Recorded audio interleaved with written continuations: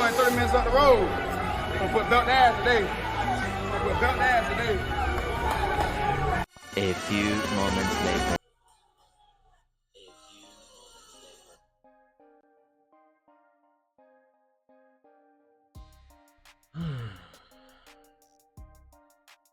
This is interesting. I don't have the mic in front of me. It's a different dynamic. I do, for sure.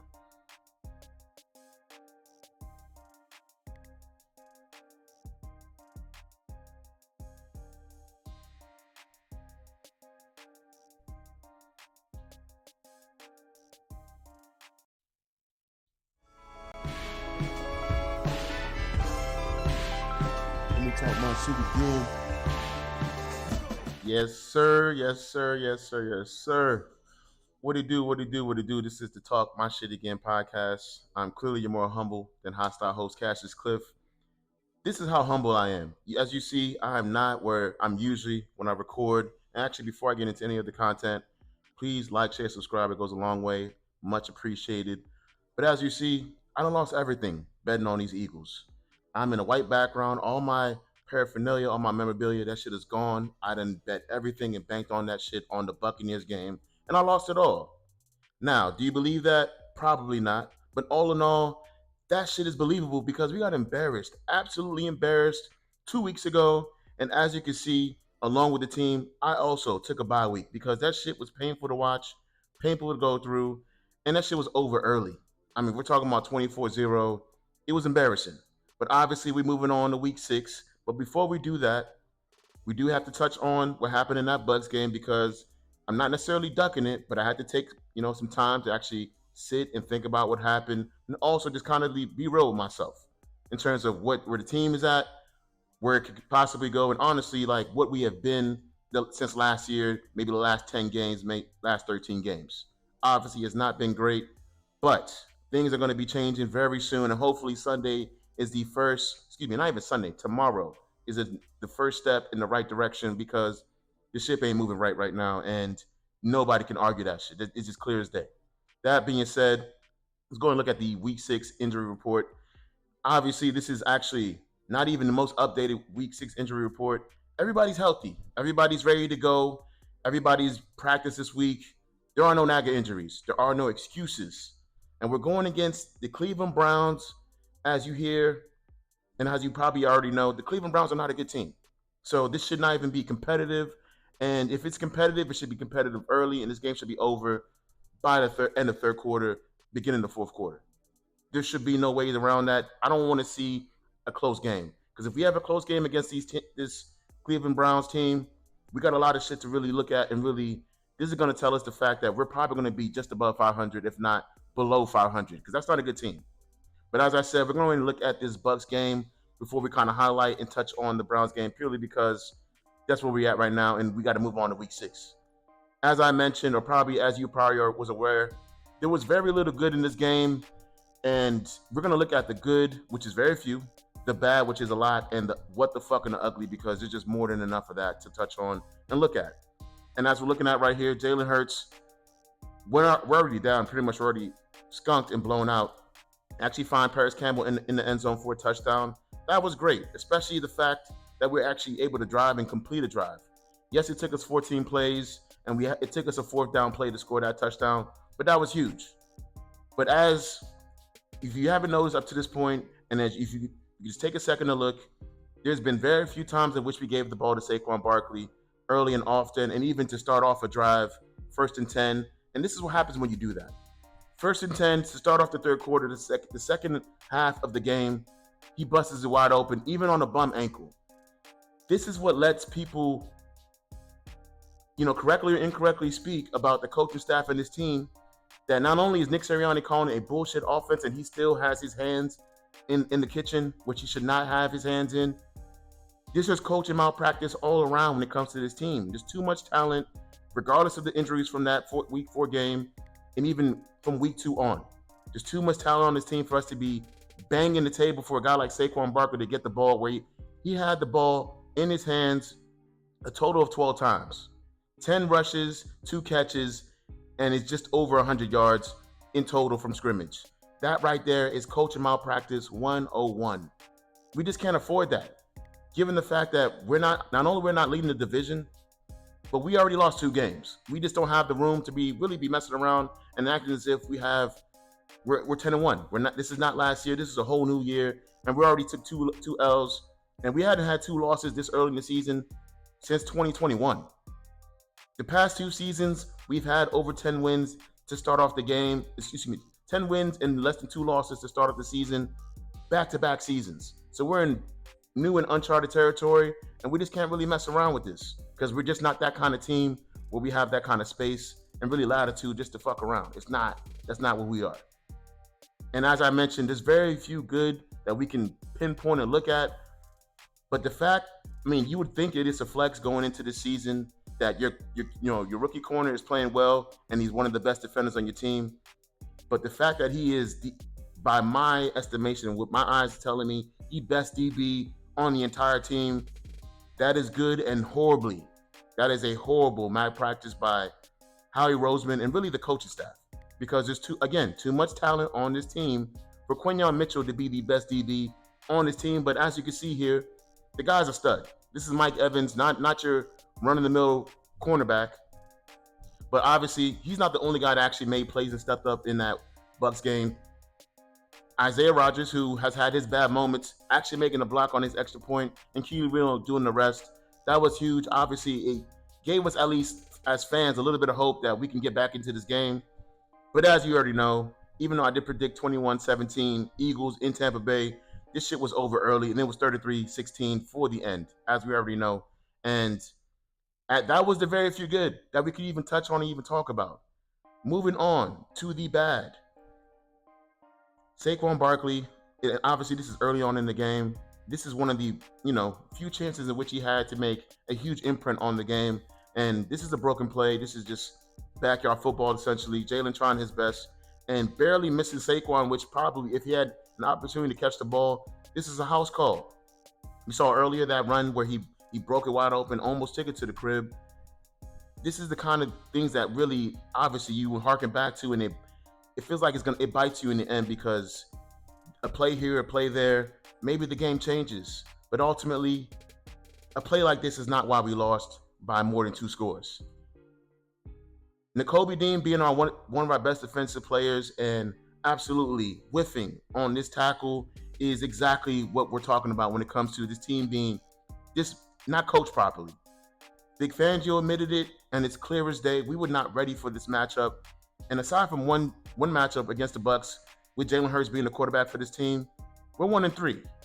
And not only does the Buccaneers have our number, Todd Bowles, this defense, they got our number. They know exactly who we are, and they know exactly how to play us. And what did we do in Tampa Bay yet again? We played ourselves. Because not only we're not making tackles, we're not covering well enough, and on offense, we're just putting ourselves in positions where you're asking guys like Fred Johnson, a backup tackle. You're asking guys like Jahan Johnson, not even here for 5 weeks yet, and Johnny Wilson, a rookie. You're asking those guys to step up in ways that they've never stepped up before in the NFL. And it's just absolutely, it's baffling. It's asinine. I know that I'm not a football savant. I don't know everything. When you have guys like on the field like Avonte Maddox, who just aren't locked in, who's not focused, guys like Nakobe Dean, who should be one of your best defensive players, not making tackles. Vic Fangio and his defensive staff accounted for 15 missed tackles. That right there is that's embarrassing, bro. It's already embarrassing enough to losing to the same team constantly after already getting blown out last year in that playoff game. But yet again, they blow us out in their house. All around, it's just a poor performance by this team and very few good moments. And we're just looking at the what the fucks because right here, when we actually had a chance to get back in this game, Jalen Hurts and this offense was driving down the field. And what do we do with, again, after already establishing the run and really having a constant flow on offense, instead of running the ball and getting it in the red zone and, just scoring and giving us a chance, putting us down by 7, what do? We try to have, which obviously this is by Fran Duffy's, dissection and really looking at this play. This was a good play call. What happened here, obviously, Grant Calcaterra, not a great tight end. He gets stifled at the line, and Saquon Barkley, who is probably one of the better pass blocking running backs, he didn't do his best job on this play. And what happens? Grant Calcaterra, the timing is off when he gets stifled at the line. Saquon doesn't make a good block. Even though the window was there, and as you're going to see, the window was there for Grant Calcaterra to be open and to catch a great pass by Jalen Hurts. But that doesn't happen in the end.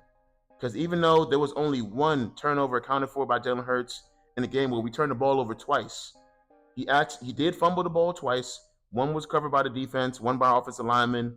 Obviously, Cooper DeJean, he fumbled. That wasn't his fault. But this is a play that you can't have these not be executed to the best ability by all players, everybody on the field. You just cannot have guys do what they're supposed to do.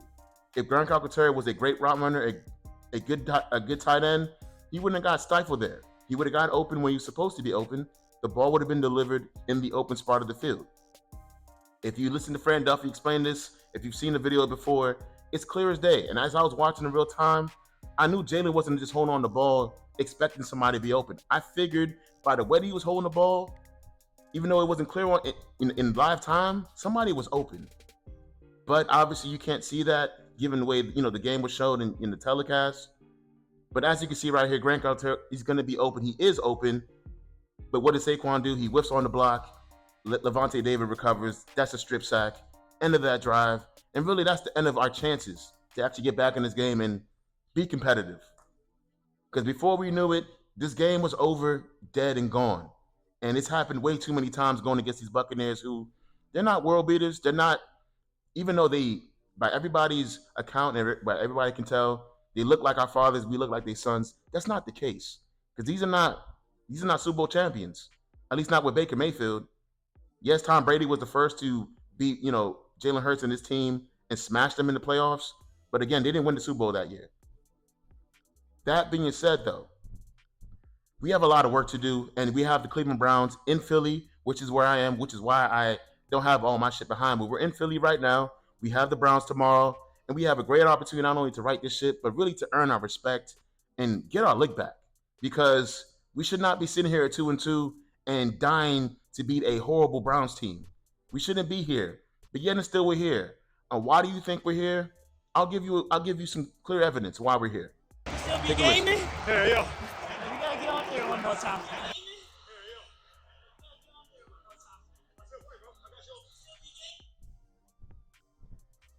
That's one of our starting cornerbacks. One of our nickel starting cornerback. Actually, he ain't started no more. Cooper DeJean took his spot. But listen to the young rookie in comparison, talking to the same receiver who's going to be a Hall of Famer, Mike Evans.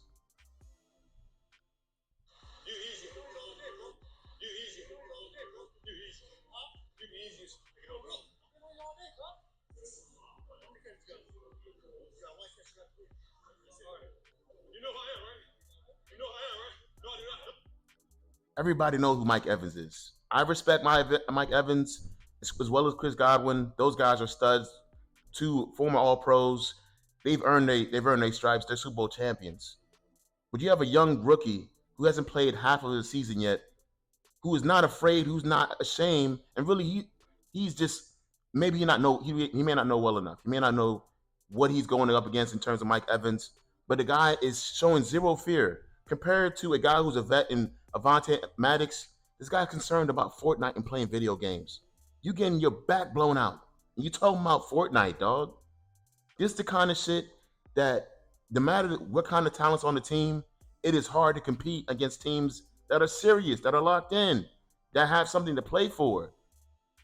I don't know about y'all, but for me personally, guys like Avonte Maddox, guys like Darius Slay who want to get on podcasts with the ops like Micah Parsons, I don't want those guys on my team. Because not only are they vets, I don't need a guy like Quinyon Mitchell, who clearly has a lot of promise, a lot of talent, being on the wing under the wing of a guy like that. Because I don't want his career to be derailed. And honestly, that's a bad influence. I want guys that are locked in, that are serious. As you saw in that opening clip, C.J. Gardner-Johnson, he jumped out and he said belt to ass. What happened to him? Belt got put to his ass during that game. We all know that. But a guy with that kind of attitude, regardless of his performance, I'll take that over a guy who's getting his back blown out and he's talking about Fortnite. That shit is just crazy to me. But again, That was 2 weeks ago. We got the Browns tomorrow, and we not only are we going to move past, we're flushing that shit down the toilet, and we're going to keep it pushing because the Browns are not a good team. And if we have any kind of self-respect and self-worth going into this game and moving on throughout this season, because it's still early, we absolutely should embarrass the Browns and make them look like a college team, because there's no way we should be competing with a team like that that's just not well played. There's not a lot of good players there. There's guys that are hurt. The quarterback is just not good, and this is a quarterback-driven league. So again, if we have any kind of respect, self-respect, and really any kind of ambition to have a good season, the time is now. With that being said, this is the Talk My Shit Again podcast. I'm your more humbly hostile host in Philly. We out. Peace.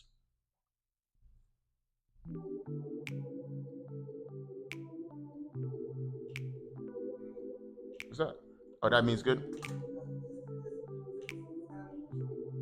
Oh, word.